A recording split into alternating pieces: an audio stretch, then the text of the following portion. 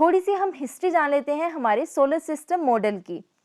Brief में हम जानेंगे, लेकिन ये जानना इसलिए ज़रूरी है ताकि आप समझ सकें कि जिन मेथड्स को हम इतनी आसानी से पढ़ रहे हैं उन तक पहुंचना इतना आसान नहीं था। एक बहुत बड़ी जर्नी थी, बहुत सालों का स्ट्रगल था इसके पीछे। ओके, सो चलो मैं आपको बताती हूँ कि एग्जैक्टली ये जो मॉडल है कि सूरज बीच में है, उसके इर्द गिर्द प्लैनेट्स घूमते हैं, हमारी अर्थ भी घूमती है, ये कैसे कि मुश्किलों के बाद में इस मॉडल को एक्सेप्ट किया गया है।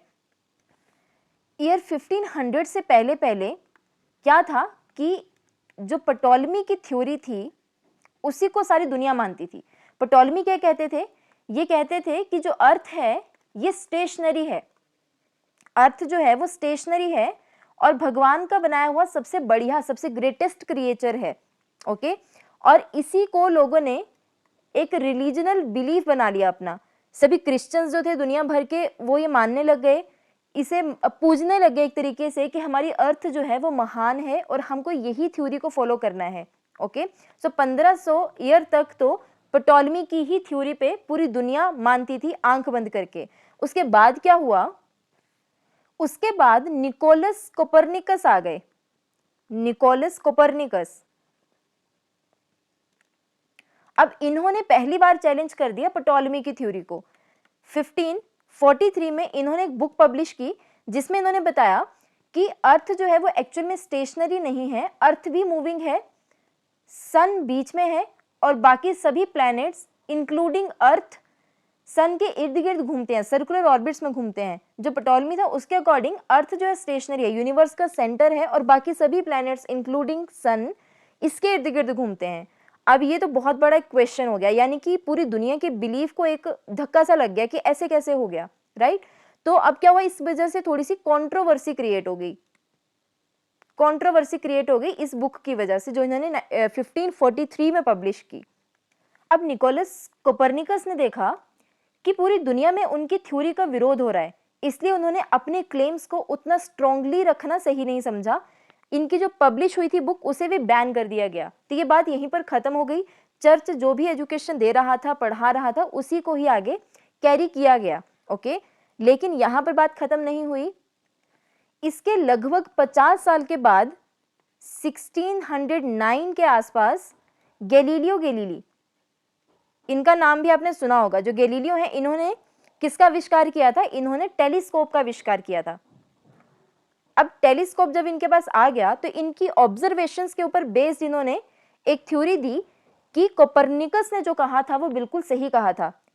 इन्होंने कहा कि जो सन है वो सेंटर में है और बाकी सभी प्लैनेट्स इंक्लूडिंग अर्थ इसके अराउंड रिवॉल्व करते हैं। ओके, तो इन्होंने क्या किया? इन्होंने सपोर्ट कर दिया कोपरनिकस की थ्योरी को।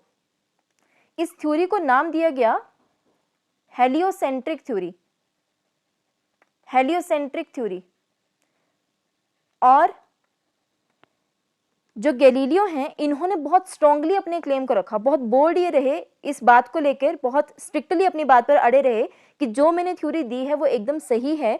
1632 में इन्होंने इस थ्योरी के सपोर्ट में एक बुक पब्लिश कर दी, जिसके बाद बहुत ज़्यादा कंट्रोवर्सी क्रिएट हो गई क्योंकि कोपरनिकस ने उतना स्ट्रांगली नहीं अपना क्लेम रखा था, जबकि गैलीलियो ने बहुत बोल्डली ये कह दिया था कि जो मैं कह रहा हूँ वो बिल्कुल सच है और इसके पहले जो भी दुनिया मानती थी वो गलत था।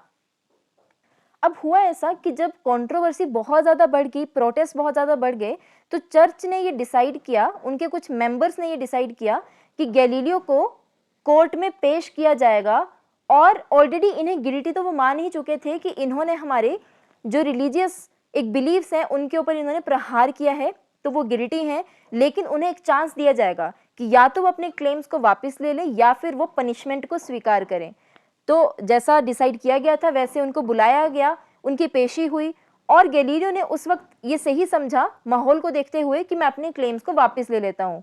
ओके, पर हुआ ये कि पहले उन्होंने क्लेम को वापस ले लिया, लेकिन जब वो कोर्ट से जा रहे थे तो जाते जाते उन्होंने अपने आप से कह दिया बट इट डज मूव, यानी कि उन्होंने कह दिया कि जो अर्थ है वो मूव तो करती है।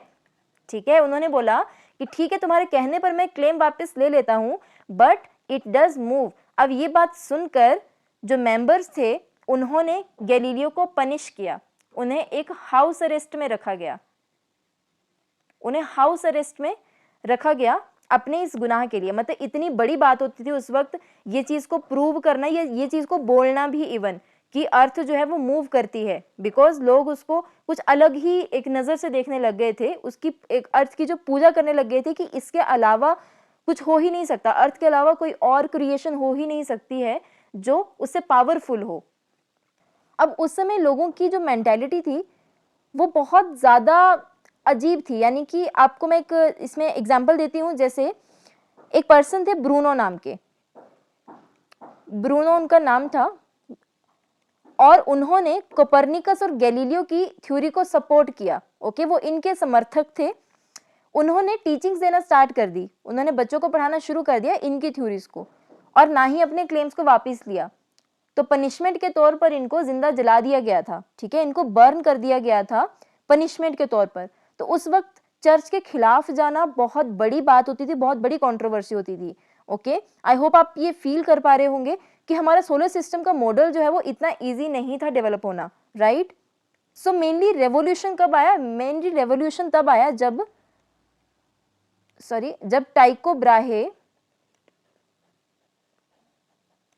ने प्लैनेटरी मोशन को स्टडी करने शुरू किया। अब टाइको ब्राहे एक बहुत ही मशहूर एस्ट्रोनॉमर रहे हैं, एक वेल्थी एस्ट्रोनॉमर हम कह सकते हैं। जब ये बचपन में सन एक्लिप्स देखते थे तभी से इनको बहुत ज़्यादा इंटरेस्ट पैदा हो गया कि इन्हें अपनी ज़िंदगी में सिर्फ प्लैनेट्स के ही मोशन को स्टडी करना है। ओके, इन्होंने अपनी पूरी लाइफ प्लैनेट्स को ऑब्जर्व करने में, उनके मोशन को स्टडी करने में निकाल दी। इवन एक किंग थे जिन्होंने भी इनको पूरा सपोर्ट किया, इनको पूरा जो भी इक्विपमेंट्स चाहिए थे, एक आइलैंड पूरा का पूरा इनको दिया हुआ था अपनी ऑब्जर्वेटरी के तौर पर।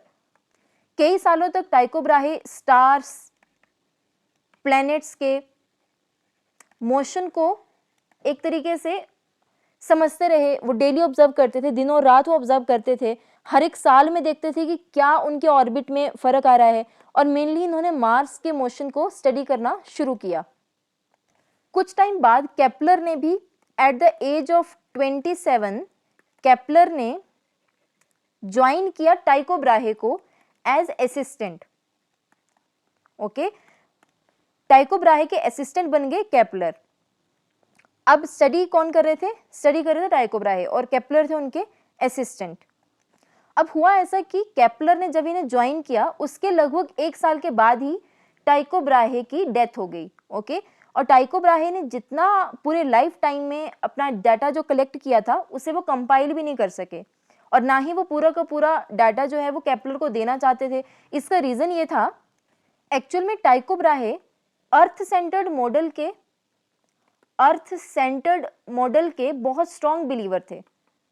ओके, और इन्हें शक था कि कहीं इनके जो डाटा इन्होंने कलेक्ट किया है उससे कोपरनिकस की थ्योरी सही ना प्रूव हो जाए, इसलिए उन्होंने केपलर को बहुत कुछ जो डाटा था वो दिया भी नहीं।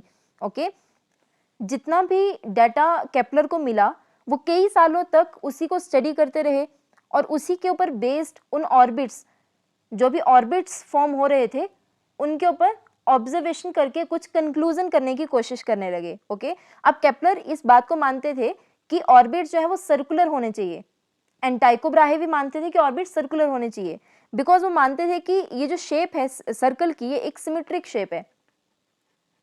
ठीक है,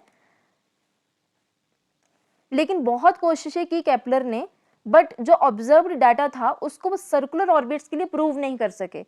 सो बाद में उन्होंने डिसाइड किया कि अब वो सर्कुलर ऑर्बिट्स की कंसिडरेशन को फॉलो नहीं करेंगे, और जब बाद में उन्होंने कई सालों के बाद ये फाइंड आउट किया ऑब्जर्वेशन से, कुछ अपनी ऑब्जर्वेशन और कुछ टाइको ब्राहे के ऑब्जर्वेशंस को कंपाइल करके, कि जो ऑर्बिट्स हैं वो एक्चुअल में सर्कुलर नहीं हैं, बल्कि वो ऑर्बिट्स कैसे हैं, एलिप्टिकल शेप के हैं। सन हमारा सेंटर में भी नहीं है एग्जैक्टली, बल्कि थोड़ा सा साइड पर है, यानी कि वन ऑफ द फोकस पे लाई करता है। ओके, और इसके अलावा भी इन्होंने बहुत इंपॉर्टेंट ऑब्जर्वेशंस की हैं जो उन्होंने अपने 3 लॉज के फॉर्म में दिए, जो इनके 3 बहुत इंपॉर्टेंट लॉज हैं प्लैनेटरी मोशन के।